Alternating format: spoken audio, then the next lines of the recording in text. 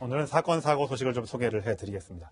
이 취재진 앞에 설 때마다 거듭 고개를 숙이면서 사과했던 어금니 아빠 이영학이 그런데 다음 주 예정인 2차 공판을 앞두고 행동이 좀 달라졌습니다.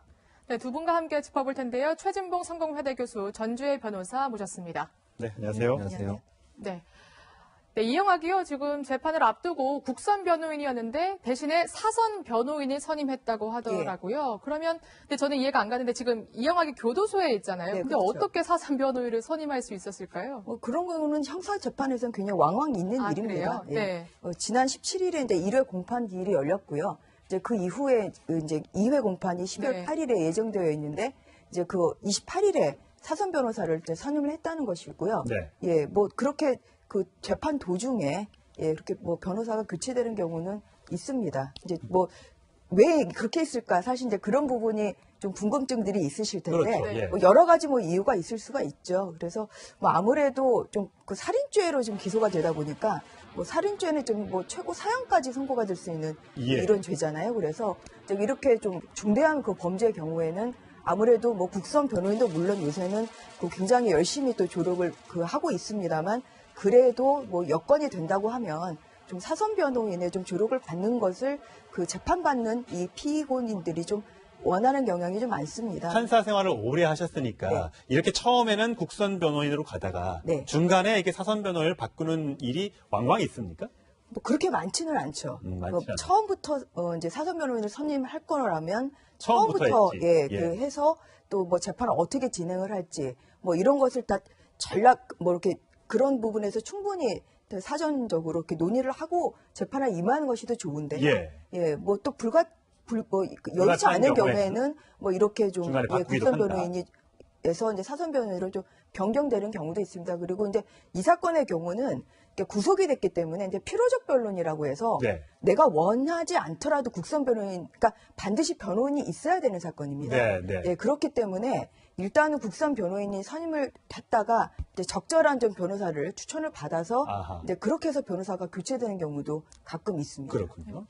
이렇게 사선 변호사로 바꾼 것뿐만이 아니라 그렇게 판사에게 반성문을 정말 열심히 제출하고 있다면서요. 그렇죠. 반성문을 네. 뭐 4번 정도 제출한 걸로 이렇게 네 알려지고 번이요? 있는데요. 네. 그 반성문의 내용들을 보면 뭐 일방적으로 통상적으로 하는 반성문들이 대부분 예를 들면 아내의 제사를 지내주고 싶다. 네. 또 뭐 희망된 삶을 살고 싶다. 그 말은 결국 이제 본인의 형량을 좀 낮춰보겠다는 의도가 있는 것 같고요.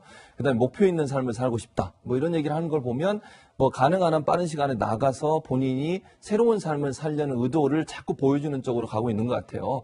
그리고 이제 자기한테는 무기징역만은 피해달라 이런 얘기를 하는 걸 보면 저게 진정성 있는 반성문인가 하는 생각이 들어요, 사실은. 그러니까 반성문이라고 하는 것은 저런 얘기를 하면 안 되는 거잖아요. 조건을 달지 말고 본인한테 어떻게 해달라 이런 얘기를 할 게 아니고요. 정말 처절하게 뭘 잘못했는지 또 누구한테 왜 잘못했는지 뭐가 미안한지 하는 부분을 좀 명확하게 써야 할 텐데 그거보다는 저것마저도 반성문마저도 치밀하게 본인의 혜택 또 본인이 형량을 줄이려는 의도 이런 부분들이 좀 드러나고 있어서 네. 반성문의 진정성은 좀 떨어지는 상황이라고 볼 수 있겠습니다. 네. 자, 이영학이 이제 경찰에 출석을 등등 하면서 살해 동기에 대해서 묻는 질문에 이렇게 대답한 적이 있습니다. 들어보시겠습니다. 죄송합니다. 제가 아내가 죽은 후 계속 약에 취해 있었고 한동안 제정신이 아니었습니다. 그리고 아직까지 너무 꿈만 같습니다. 일단은 사죄드리고 천천히 제가 그 죄를 밝혀받겠습니다. 죄송합니다. 제가 더 많은 말을 해야 되고 더 많은 사죄를 해야 되지만 아직 이 모든 게 꿈만 같이 느껴지고 있습니다. 예, 죄송합니다. 죄송합니다.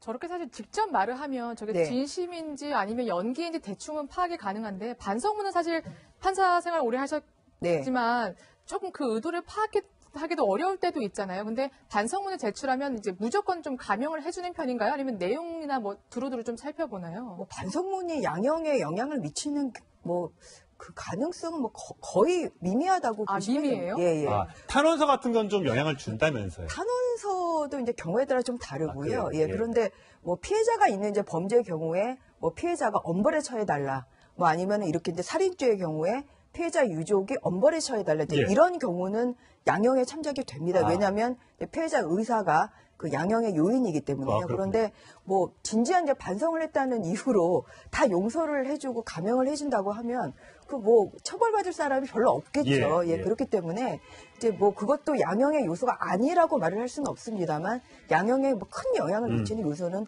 될 수가 없는 것이죠. 근데 다만 뭐 자백을 하고 있느냐 아니면 진지한 반성을 하고 있느냐는 네. 고려 요소이긴 합니다만 뭐 그것을 뭐 한 번을 뭐 반성문을 뭐 제출을 하나 네. 아니면 100번을 제출하나 네. 뭐 그것에 따라서 뭐 그 이제 형이 이렇게 줄어들거나 그렇지는 않습니다. 예.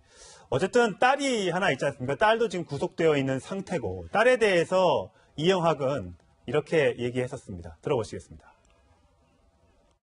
제가 살아있는 동안 우리 경비가 만들어진다면 전 더 이상 바랄 것도 없고 더 이상 원하는 것도 없습니다.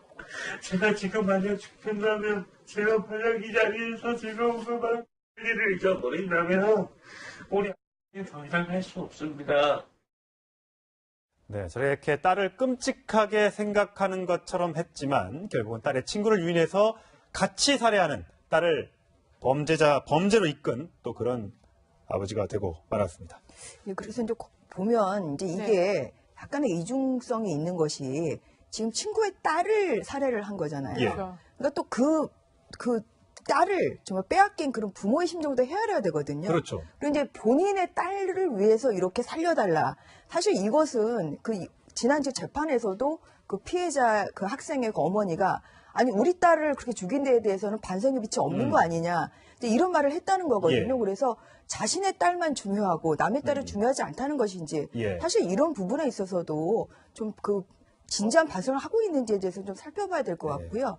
뭐 그리고 뭐 어금니아빠로 굉장히 국민적으로 뭐 유명해진 분입니다만 이제 이렇게 좀 국민들을 그 대상으로 해서 어떻게 보면은 좀 큰 사기극을 그렇죠. 벌였다고 예, 볼 수도 있는 그렇습니다. 것이고 네. 사실 그런 것이기 때문에 이런 그 반성의 태도가 진지한 것인 데에서는 국민들의 그 보는 국민들의 시선이 곱지만은 않을 수밖에 없습니다. 예. 네. SK그룹의 차녀죠? 최민정. 네. 예, 최민정 씨가 오늘 드디어 전역을 했습니다.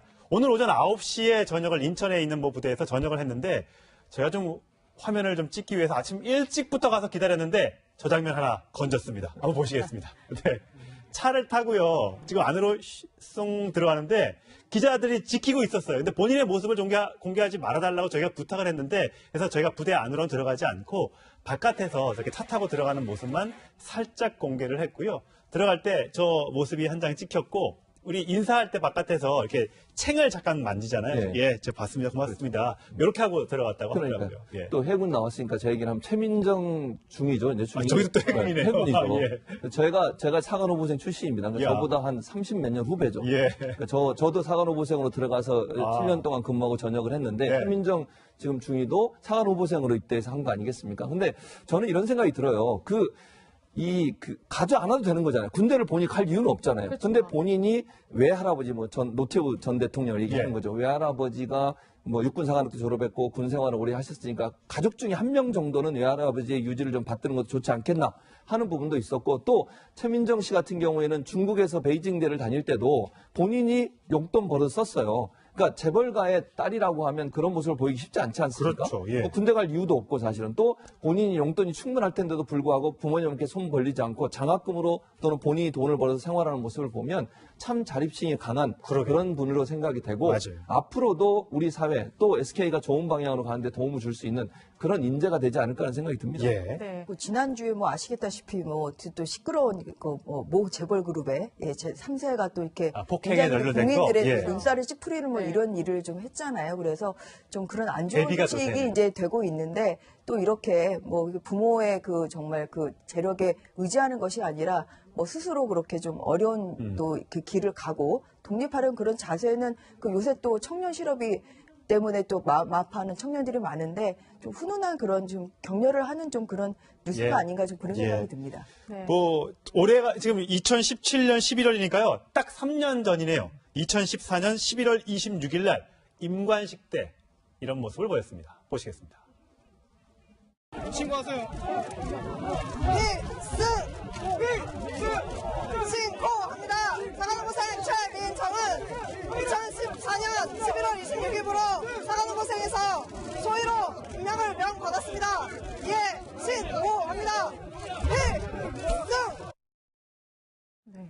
오늘도 좀 저런 모습을 좀 보여줬으면 네. 좀 좋았을 텐데 좀 아쉽지만 일단은 아무래도 너무 언론에서 주목하고 다른 해군들과 똑같이 하는 건데 좀 네. 많이 부담스러웠나 봐요. 부담스러울 수밖에 네. 없을 거예요, 아무래도. 근데 이제 임관식 장면이 나오는데 임관식 해군의 전통이 뭐냐면 임관식 때 찾아오신 부모님이 계급장을 달아줍니다. 그러니까 아. 소위 임관하면 아. 네. 부모님들한테 계급장을 줘요. 그래서 예. 옷깃에 계급장을 달아주는 그런 전통이 있는데 아마 이제 그런 형식으로 한 것 같고 또 본인이 어쨌든 저런 어려운 일 또 세상적으로 일반인들이 겪는 일을 경험해 보면 나중에 본인이 만약에 중요한 일을 하게 됐을 때 그 사람들의 마음을 좀 알지 않겠습니까? 예. 본인이 유학 가서 힘들게 어렵게 살아봤으면 아 유학생들이 얼마나 힘든지도 알게 될 거고 젊은이들이 어떤 고민과 고통을 하고 있는지도 알 것이고 군대에서 생활해봤으니까 지금 현재 보면 NLL을 지키는 상황장교로 마지막 근무를 했어요. 예, 그것도 예. 함정병과거든요. 예. 저는 정훈병과였기 때문에 그래도 조금 더 편했다는 표현은 좀 그렇고 그렇게 심하지 않은데 함정병과는 가장 전투병과 중에 전투병과거든요. 네. 그래서 그런 업무를 했다고 하는 걸 보면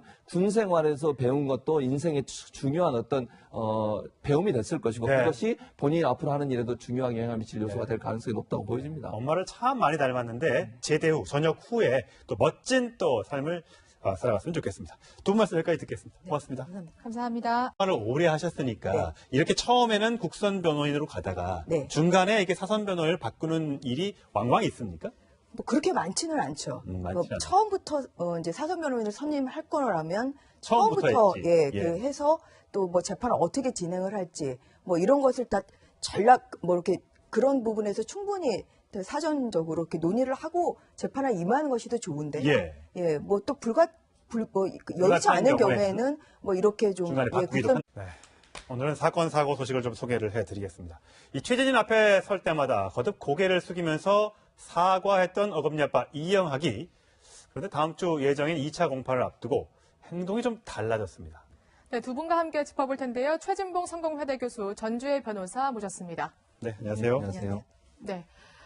네, 이영학이요. 지금 재판을 앞두고 국선 변호인이었는데 대신에 사선 변호인을 선임했다고 하더라고요. 그러면 근데 저는 이해가 안 가는데 지금 변호인에서 이제 사선 변호인으로 좀 변경되는 경우도 있습니다. 그리고 이제 이 사건의 경우는 이렇게 구속이 됐기 때문에 이제 필요적 변론이라고 해서 네. 내가 원하지 않더라도 국선 변호인, 그러니까 반드시 변호인이 있어야 되는 사건입니다. 네. 그렇기 때문에 일단은 국선 변호인이 선임을 했다가 이제 적절한 좀 변호사를 추천을 받아서 아하. 이제 그렇게 해서 변호사가 교체되는 경우도 가끔 있습니다. 그렇군요. 이렇게 사선 변호사로 바꾼 것뿐만이 아니라 그렇게 판사에게 반성 이영학이 교도소에 있잖아요. 네, 근데 그렇죠. 어떻게 사선 변호인을 선임할 수 있었을까요? 뭐 그런 경우는 형사 재판에서는 굉장히 왕왕 있는 아, 일입니다. 그래요? 네. 지난 17일에 이제 1회 공판 기일이 열렸고요. 이제 그 이후에 이제 2회 공판이 12월 네. 8일에 예정되어 있는데 이제 그 28일에 사선 변호사를 이제 선임을 했다는 것이고요. 네. 예, 뭐 그렇게 그 재판 도중에 그렇게 뭐 변호사가 교체되는 경우는 있습니다. 이제 뭐 왜 그렇게 했을까? 사실 이제 그런 부분이 좀 궁금증들이 있으실 텐데 그렇죠. 예. 뭐 여러 가지 뭐 이유가 있을 수가 있죠. 그래서 뭐 아무래도 좀 그 살인죄로 지금 기소가 되다 보니까 뭐 살인죄는 좀 뭐 최고 사형까지 선고가 될 수 있는 예. 이런 죄잖아요. 그래서 이렇게 좀 중대한 그 범죄의 경우에는 아무래도 뭐 국선 변호인도 물론 요새는 그 굉장히 열심히 또 조력을 하고 있습니다만 그래도 뭐 여건이 된다고 하면 좀 사선 변호인의 좀 조력을 받는 것을 그 재판받는 이 피고인들이 좀 원하는 경향이 좀 많습니다. 판사 생활